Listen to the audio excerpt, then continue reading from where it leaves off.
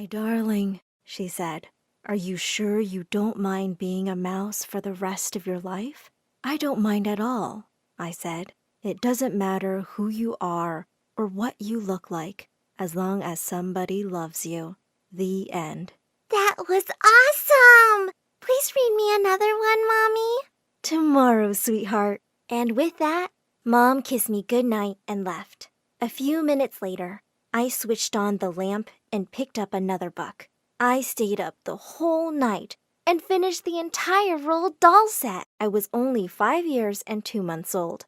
And much like my favorite character, Matilda, I just never stopped reading after that. My parents bought me as many books as I wanted, and I sometimes read 10 books a day. But I had to slow down when I started getting the worst headaches ever. When the doctor came to see me, he glared sternly at my parents. You have to set a reading time limit, and she needs fresh air and exercise. But she just wants to read. She's a kid. You're being terrible parents by letting her do whatever she wants. Wait, what? I had the world's best parents. Turns out, though, the doctor may have been onto something. You see, my parents really loved me. But as I grew up, I started to realize that I didn't have a very normal life. I was homeschooled because my parents thought school was too dangerous for me. Mom and Dad would take me to the playground once a week, and they just kept hovering over me like helicopters the whole time. If I so much as scraped a knee, the two would throw a fit and rush me off to the hospital. Hi, I'm Clara, and this is the story of how my parents almost ruined my life by loving me too much. But before I continue, click like and subscribe, because My Story Animated will give $1,000 to one lucky person who subscribes in the next 7 days. Tell your friends, your sister, brother, and mom to subscribe now. When I turned 12, I started insisting that I had to go to school like every other kid, and the two reluctantly agreed. On the first day of school, I happily skipped out of the car, and I'd only walked a few steps when suddenly I felt myself being dragged back. It was Mom, hugging me so tight I could barely breathe. I don't think you're ready. How about next year? You can go next year. Mom, I'm ready. You're embarrassing me. Let me go. I was really enjoying my lessons and having a great first day. At lunch, a few kids from class asked me to join them, and I was so happy to be making friends. Just then, I suddenly felt someone pull away my food tray. It was Mom, and she was throwing my lunch in the trash.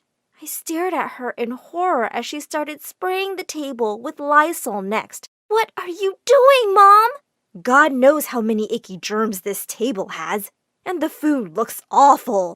And with that, she just sat down at our table, whipped out a sandwich, and started cutting it up into tiny little pieces. There you go, sweetie. I just wanted to vanish into thin air. I took Mom by the arm and pulled her out of the cafeteria. Mom, listen, I know you're worried, but trust me, I'm fine. You can go now, please. She didn't come to lunch again, but that definitely wasn't the end of it. They were the parents of every teacher's nightmare. If I didn't get the lead in the play, or an A in every subject, or I wasn't on top of the cheerleading pyramid, they'd be at the school the next day to terrorize the teachers and the principal. One day in 9th grade, I was horrified when the teacher handed me back my history report and told me to come see her after class. I'm very disappointed, Clara. Why would a bright child like you copy-paste stuff from Wikipedia? You could be suspended for plagiarism. Wait, what? I opened up the report and saw that it wasn't even close to what I'd written. Arrgh! There was only one person who'd use this ugly font. Dad! I screamed as I burst into his study. I can't believe you wrote my history report. What, sweetie? I was only trying to help. You would never have gotten an A on the stuff you wrote. Thankfully, since the principal knew what my parents were like, she believed me and I was allowed to submit my original work. Just when I thought they couldn't embarrass me more, boy, did they prove me wrong. In 10th grade, I was selected from thousands of contestants to represent my city in the National Spelling Bee. The host announced, and the tiebreaker is a bibliophobia. That was one of my favorite words, a fear of running out of reading material. I spelt it out correctly, and as the crowd clapped, one of the contestants' moms got up angrily. I saw her parents mouthing the spelling to her.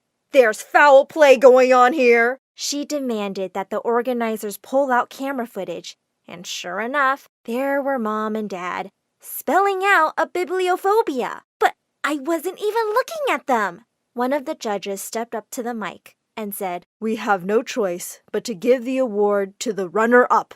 I couldn't believe that everyone thought I was a cheater because of my parents. But to make things even worse, Mom and Dad stepped onto the stage and tried to snatch the trophy away from the other kid. This belongs to our daughter.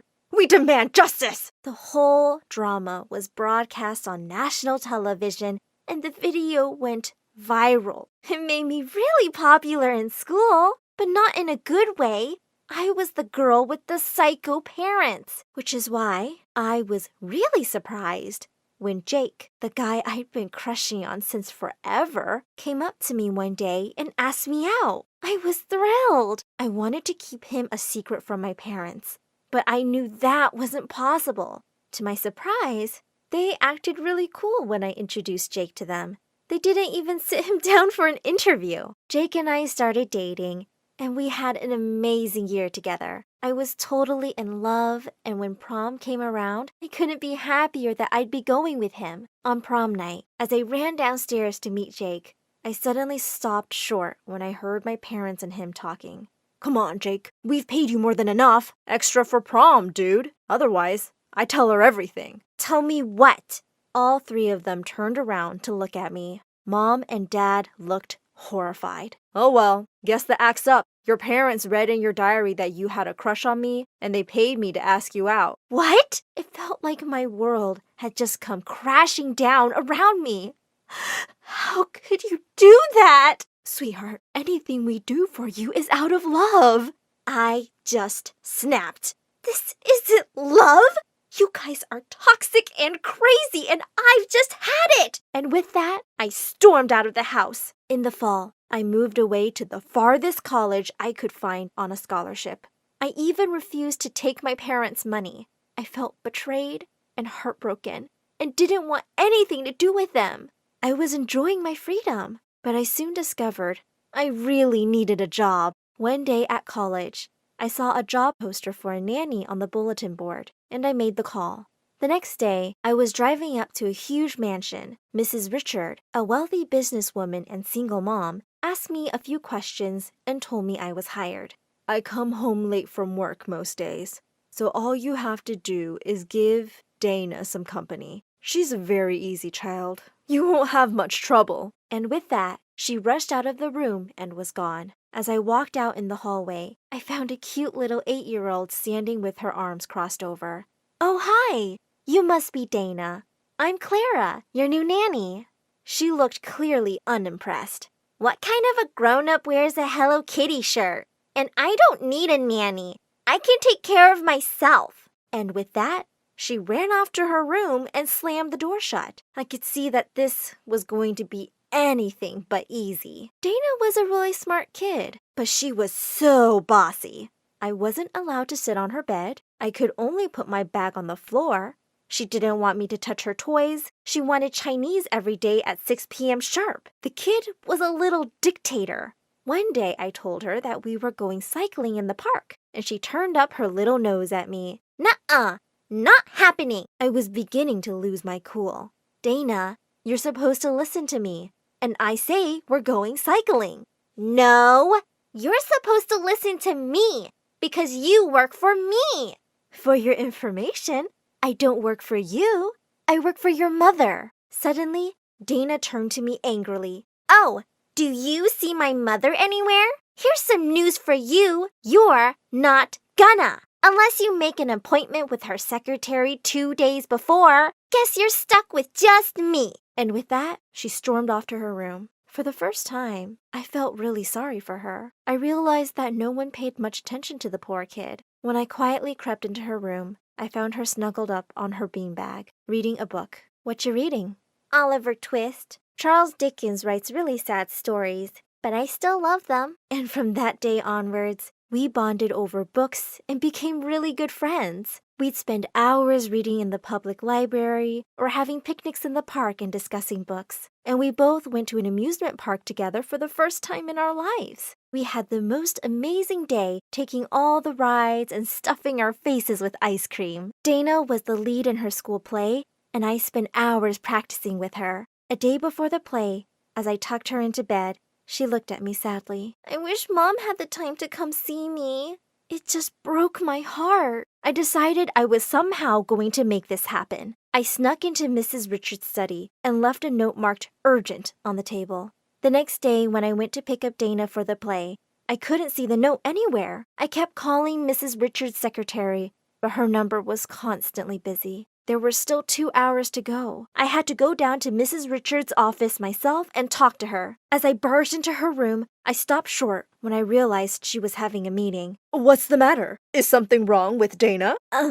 No. I was wondering if you read my note about her play? I did, and as you can see, I don't have the time. Can you leave now, please? Suddenly, I felt really angry. You have to make the time for your daughter. She's amazing and you're just missing out on everything. She looked livid and had her secretary make me leave the office. I was pretty sure I was fired. Feeling bummed out, I slipped into the auditorium just in time for the play to start. Some 10 minutes into the performance, someone came and sat on the empty seat next to me. To my shock, it was Mrs. Richard. As Dana stepped onto the stage and started delivering her lines, I glanced at Mrs. Richard, and she was in tears. At the end of the play, she was the first one to jump from her seat and clap. Dana stood in complete shock as her mom ran to hug her backstage. Darling, you were so good! Mom, I can't believe you came! You saw all of it? Yes, all of it! As the two hugged each other tight, I realized something. I really missed my own parents. And even though they could sometimes really cross a line, I never grown up feeling neglected. They'd always been there to cheer me on and love me. In their own crazy way. I went back home that weekend, and my parents and I made up. They apologized for everything they'd done and promised to respect my boundaries. I'm still away at college, but we visit each other every weekend, and we have a really good time together. Of course, I've introduced them to my favorite little bookworm and best friend, Dana.